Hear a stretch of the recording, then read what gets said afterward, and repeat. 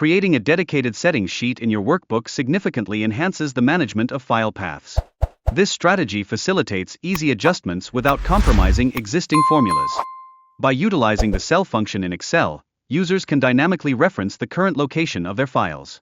This approach ensures that paths remain accurate, even when files are relocated. Additionally, employing text functions such as left and find allows for extracting necessary folder addresses from the full file path.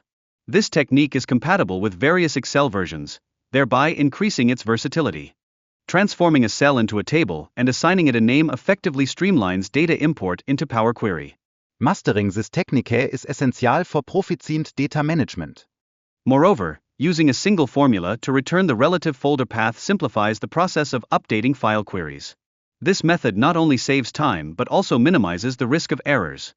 Finally, the ability to rename folders without compromising data integrity showcases the flexibility of this template.